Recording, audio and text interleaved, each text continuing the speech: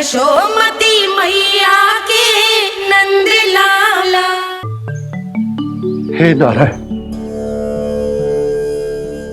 आज मेरी प्रजा और मेरा लल्ला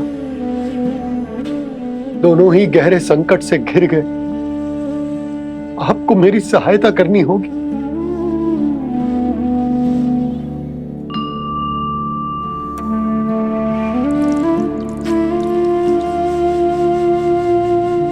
प्रभु, पिता होने का कर्तव्य मुझे एक दिशा में धकेल रहे है तो राजा होने का उत्तरदायित्व वो मुझे दूसरी दिशा में खींच रो। इस भीषण संकट में मैं क्या करूं? मैं इस संकट में अपनी प्रजा का साथ भी ना छोड़ सकता हूं और ना ही अपने लल्ला को उस नरभक्षी सिंह की मान में भेज सकता हूं। आप ही को इस समस्या का समाधान निकालना होगा।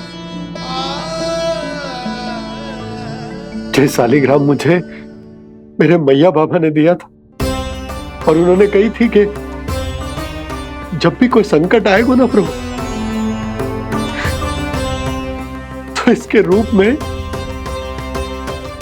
आप मेरा हाथ पकड़ लोगे और मुझे बताओगे कि क्या करना है, कैसे करना है। आज मुझे आपके मार्गदर्शन की आवश्यकता है प्रभु। मुझे मार्ग दिखाइए। बाबा और राजा होने की सुविधा में मैं बटा जा रहा हूं। मेरे इस धर्म की नौका जो झंझावात में फंस गई है, उसे पार लगाइए नारायण। रक्षा कीजिए नारायण।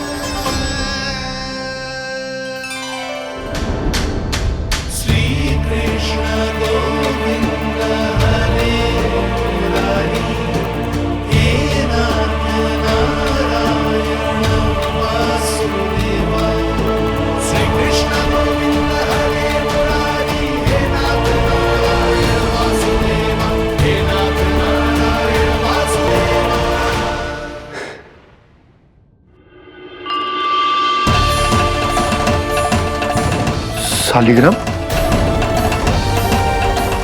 यहीं तो रखा था मैंने। कहाँ गिर गया? कहाँ चला गया? मैंने तो यहीं रखो था।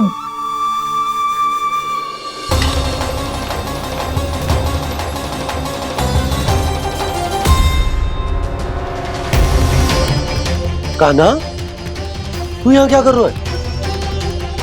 शालिग्राम देखो तूने?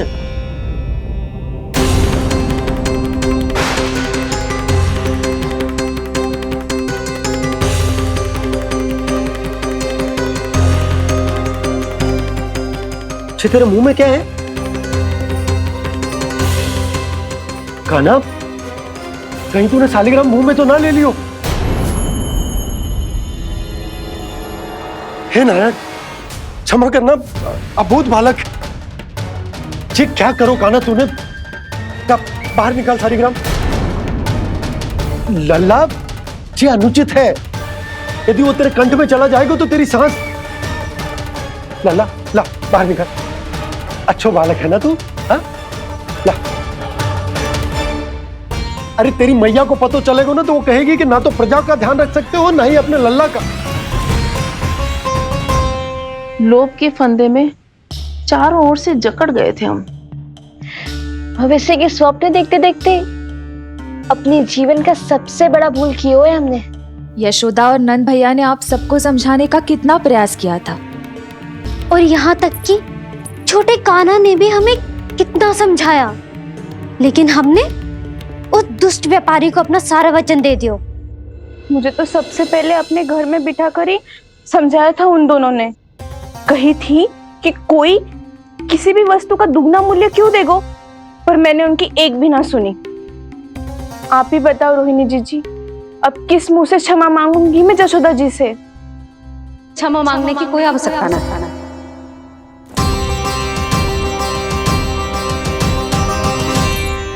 महत्वपूर्ण बात तो ये है कि तुम सबको अपनी भूल का आभास होगा और उसका पछतावा भी। पर अब तो बहुत देर हो गई है जसोदा जी, अब क्या होगा? जिस सुनहरे भविष्य के लिए हमने उस कपटी व्यापारी के सामने अपने नारायण के नाम का वचन दिया था, उसने वही भविष्य लेके राजा कंस के पांव के नीचे रख दियो है। संतुष्ट सुखी जीवन जी रहे थे हम। बछड़ों को उनके भाग का दूध मिलता था। हमारे बच्चे जितना चाहे दूध दही माखन खाते थे। अब उनके मुंह का निवाला छीनकर उस दुष्ट कंस को देना पड़ेगा चिच्ची। ना, नारायण की कृपा से तेरी जसोदा जिज्जी के पास गइयों की कमी ना है। मैं अपने घर का सारा गोधन पूरे गांव के साथ बांटूंगी। किसी भी बालक के मुंह से निवाला ना छिने को। नारायण की कृपा से गोकुल का एक भी प्राणी वंचित ना रहेगा। हाँ नहीं तो देख कान्हा, बाबा का कहना मान ले। कान्हा, तुझे नारायण की सौगंध है, वो शालिग्राम मुझे दे दे।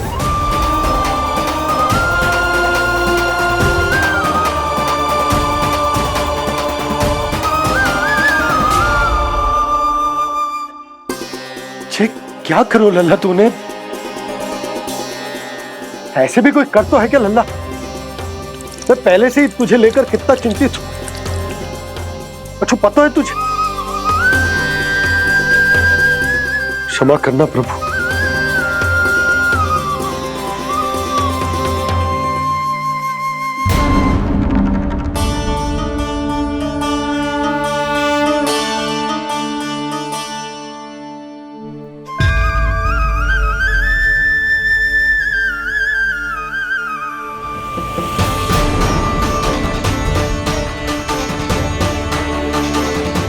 ये क्या कर रहे हो लल्ला? नारायण की मूर्ति कहाँ गई?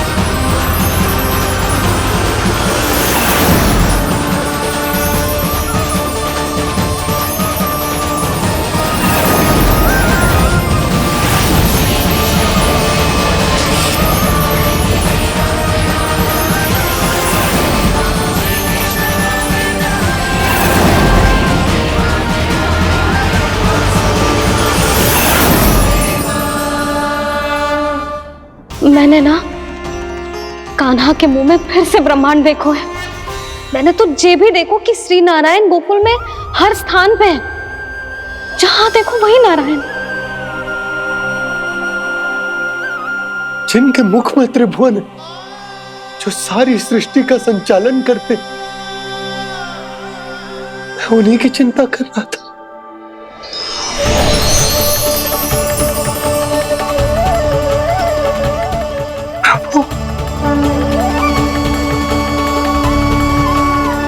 प्रभु, बाहर भी आप हैं और भीतर भी। मुझे क्षमा कर दो प्रभु, क्षमा कर दो।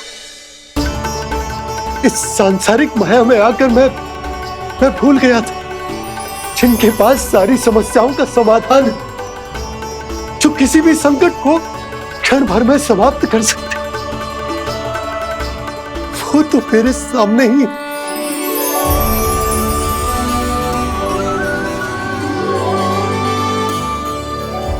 समस्या कैसी भी क्यों ना हो, चिंता समाधान नहीं, बाधा होती है। इसलिए चिंता मत कीजिए बाबा। मैं तो सदैव ही कहता हूं, मनुष्य को कठिन से कठिन परिस्थिति में भी चिंता से दूर ही रहना चाहिए। यदि व्यक्ति अपना सारा ध्यान अपने कर्मों को पूरा करने पर लगाए, तो वो बड़े से बड़े संकट का सामना भी सहज ही कर सकता है। और वैसे भी मेरी पूजा वही करते हैं जिन्हें मेरे अस्तित्व पर विश्वास है। इसीलिए उन्हें भी ये विश्वास अवश्य रखना चाहिए कि मैं अपने भक्तों का साथ अवश्य देता हूं, सदैव, हर परिस्थिति में।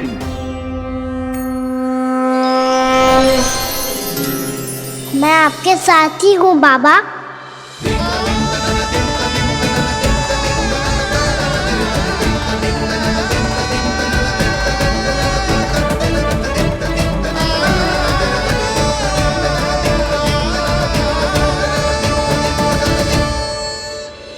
जीवन भर उसके साथ व्यापार करने को वचन दियो है, उसका क्या यशोदा?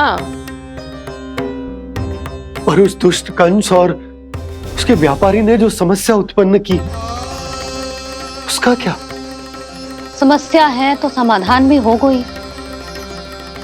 मैंने तो कही थी ना मौसी, जो हमारे समझ में ना आए उस समाधान का दायित्व भगवान नारायण पर छोड़ देना चाहिए।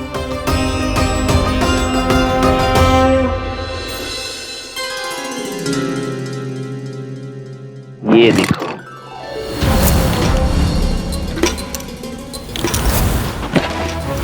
ये आभूषण, मोती, ये स्वर्ण उपहार में देने का सामर्थ्य किसके पास होगा? कंस महाराज, तुम देख लेना, मैं इस घर को महल बना दूंगा, सब झटक लूंगा। कान्हा, तुम तो अंतर्यामी हो, सब जानते हो। बताओ ना, कैसे मैं गोकुलवासियों की सहायता करूं? कोई उपाय सुझाओ। तुम्हारी ये रहस्यमयी मुस्कान बता रही है कि तुम्हारी लीला पहले से ही आरंभ हो चुकी है ना? अपने कर्मों का फल सभी को भोगना ही पड़ता है बाबा, चाहे वो अच्छा हो चाहे वो बुरा। तुम सभी चिंता मत करो। जो अन्य व्यक्तियों के साथ बुरा करते है ना, उसके साथ देर सवेर बुरा ही होता है। और जिस हाथ से उस षड्यंत्रकारी ने तुम सबका दूध दही माखन लियो है ना, जल जाएंगे वो हाथ, जल जाएंगे वो हाथ। दोनों पिता पुत्र का इसी से स्वागत करूंगा।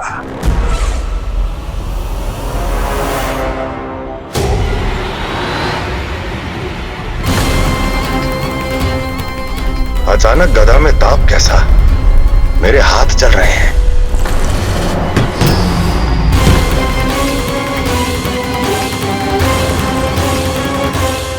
और वो व्यापारी जो तुम सबके शांत जीवन में भूचाल बन के आओ है, स्वयं शांति से थोड़े ना बैठ पाएगो।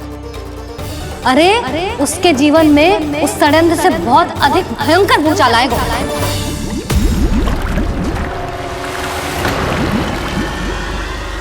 स्वामी, ये अपने आप कैसे उबलने लगा?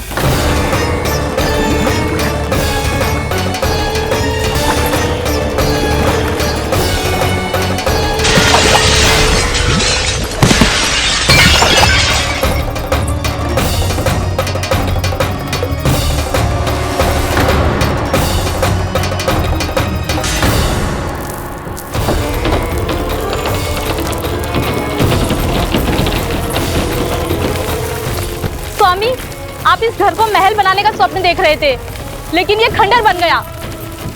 आप जिसके साथ मैत्री का संबंध स्थापित करके आए, वो कोई महान सम्राट नहीं, दुष्ट है। दुष्ट? उस व्यापारी ने दुष्ट कंस के साथ मिलकर भोले भाले गांव वालों का भोजन छीनो है ना। देखना उन दोनों के भोजन में कीड़े पड़ेंगे।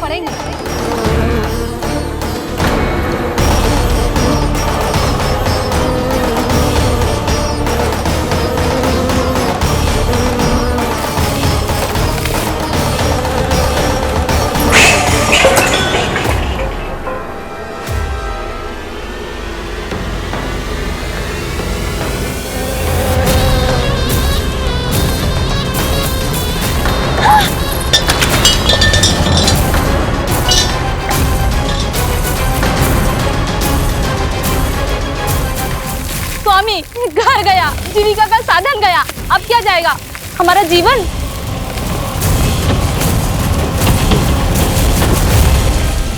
महाराज कंस का उपहार, आभूषण वाला संदूक,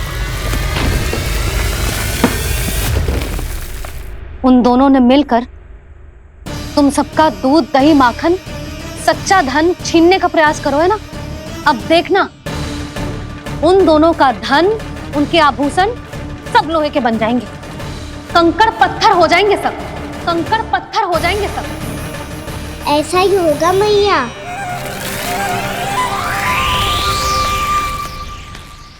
मेरे ग्राहक। लेकिन स्वामी, ये इतने क्रोध में क्यों दिखाई दे रहे हैं?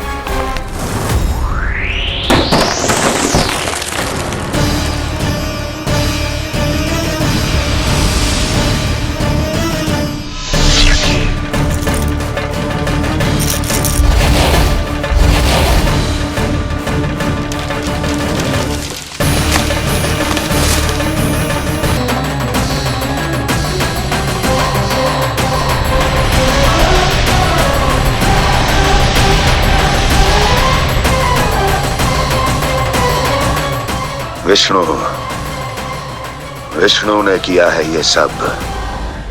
कंस ने जो किया है उसका दंड वो अवश्य भोगेगा, उसका दंड वो अवश्य भोगेगा, दंड वो अवश्य भोगेगा। किसने कहा ये? किसने कहा ये? किसने कहा? मैंने पूछा किसने कहा ये? तुम जिसे ढूंढ रहे हो वो मैं हूँ, विष्णु अवतार। क्या चाहता है तू? तुम्हारे युद्ध मुझसे था कंस, और मेरे भोले भाले भक्तों को अपने जाल में फंसाकर तुमने सारी सीमाएं पार कर दी। अब जब तक तुम गोकुल के ग्वालों को अनुचित प्रकार के अत्याचार से मुक्त नहीं कर देते, तुम्हारा और अन्य सभी षड्यंत्रकारियों का सामर्थ्य, वैभव, बल सब कुछ नष्ट होता चली जाएगा, और तब तक अपने पूर्व रूप में वापिस नहीं आएगा जब तक तुम उन निर्दोषों को जीवन यापन का अधिकार लौटा नहीं देते।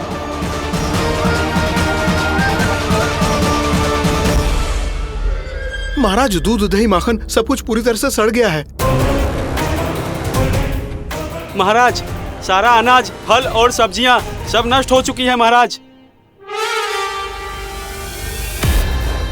महाराज, महल का सारा पेयजल दूषित हो चुका है।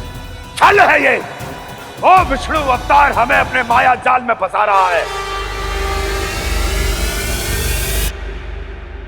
ऐसी सड़ी हुई मिठाइयां मैंने आज तक नहीं खाई हैं। खोए की नहीं, पत्थर की बनी है ये, उससे भी कड़ी है तुम्हारी ये मिठाइयां। आज के बाद कभी मिठाई नहीं लेंगे। जो बुरे कर्म करते हैं उनके साथ बुराई होता है, और अच्छे कर्म करने वाले को अच्छाई मिलती है। आप अपना कर्म कीजिए बाबा, आपकी चिंता अपने आप दूर हो जाएगी। और हाँ बाबा, शीघ्र ही आपको एक बड़ा डिनर लेना होगा। स्मरण रखिएगा, जो होता है वो अच्छे के लिए होता है।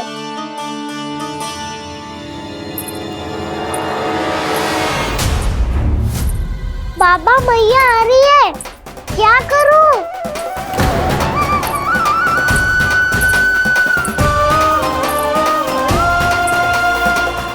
कछु सुझाव दो ना बाबा, जिससे मैया मुझे ऐसे नहीं देख पाए।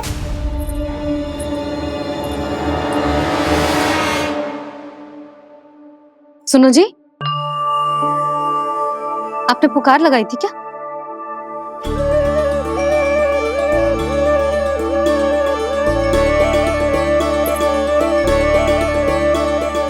तुम मुस्कुरा क्यों रहे हो?